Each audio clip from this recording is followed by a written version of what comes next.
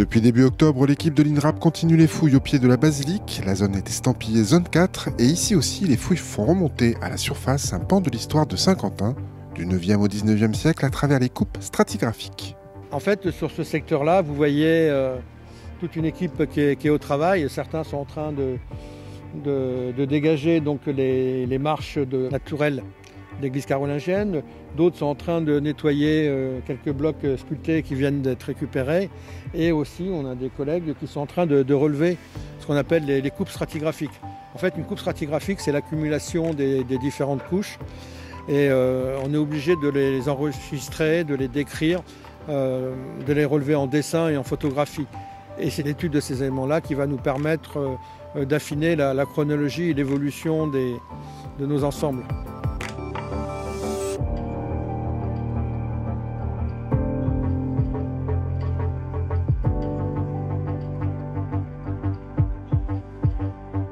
Alors, autour de la tour porche, on a les vestiges très affleurants d'une des tourelles de façade de l'église carolingienne. Donc là, on situe début 9e siècle. Et on a sur ce secteur-là, on est en train de vider une tranchée, ce qu'on appelle une tranchée de récupération de mur. Donc c'est un mur dont la partie haute et les fondations ont été récupérées anciennement. Ils ont cherché à récupérer les matériaux pour les incorporer dans une nouvelle construction. Et en fait, cette tranchée, ils l'ont colmatée avec des débris d'architecture et des blocs sculptés, des fragments de sculpture. Donc là, il y a des choses assez intéressantes avec des blocs qui conservent encore leur polychromie d'origine en bleu, rouge et parfois à la feuille d'or. Et on a donc des fragments de monuments funéraires, des fragments de nervures de voûtes ou d'anciennes fenêtres de la basilique, qui sont souvent changés, et on a aussi des fragments de monuments funéraires.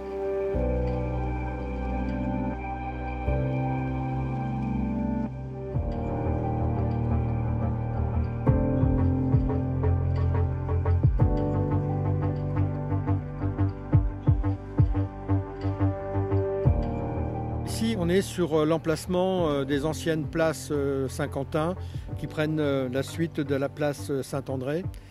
Et ce sont des places qui existent depuis le Moyen-Âge et qui sont, à travers les siècles, à différents moments, agrandies de façon à faciliter la circulation déjà autour de la basilique.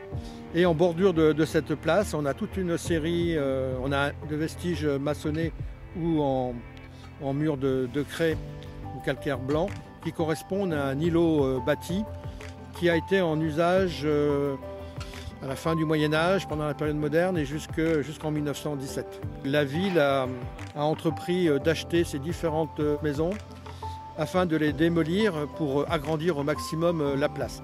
Et ces maisons-là seront définitivement rasées après la Première Guerre mondiale, dans les années 1920, pour permettre un nouvel agrandissement de la place et la création de la rue de Lyon et la rue Nordet.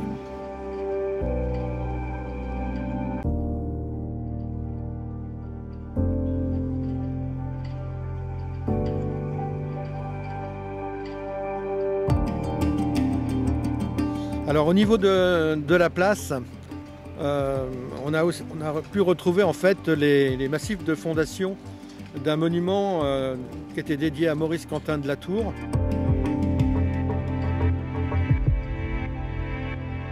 Monument qui est inauguré en 1856.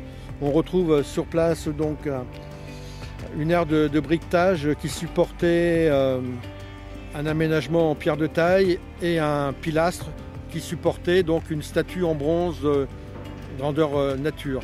Cette statue a été récupérée et fondue par l'occupant allemand pendant la Première Guerre mondiale.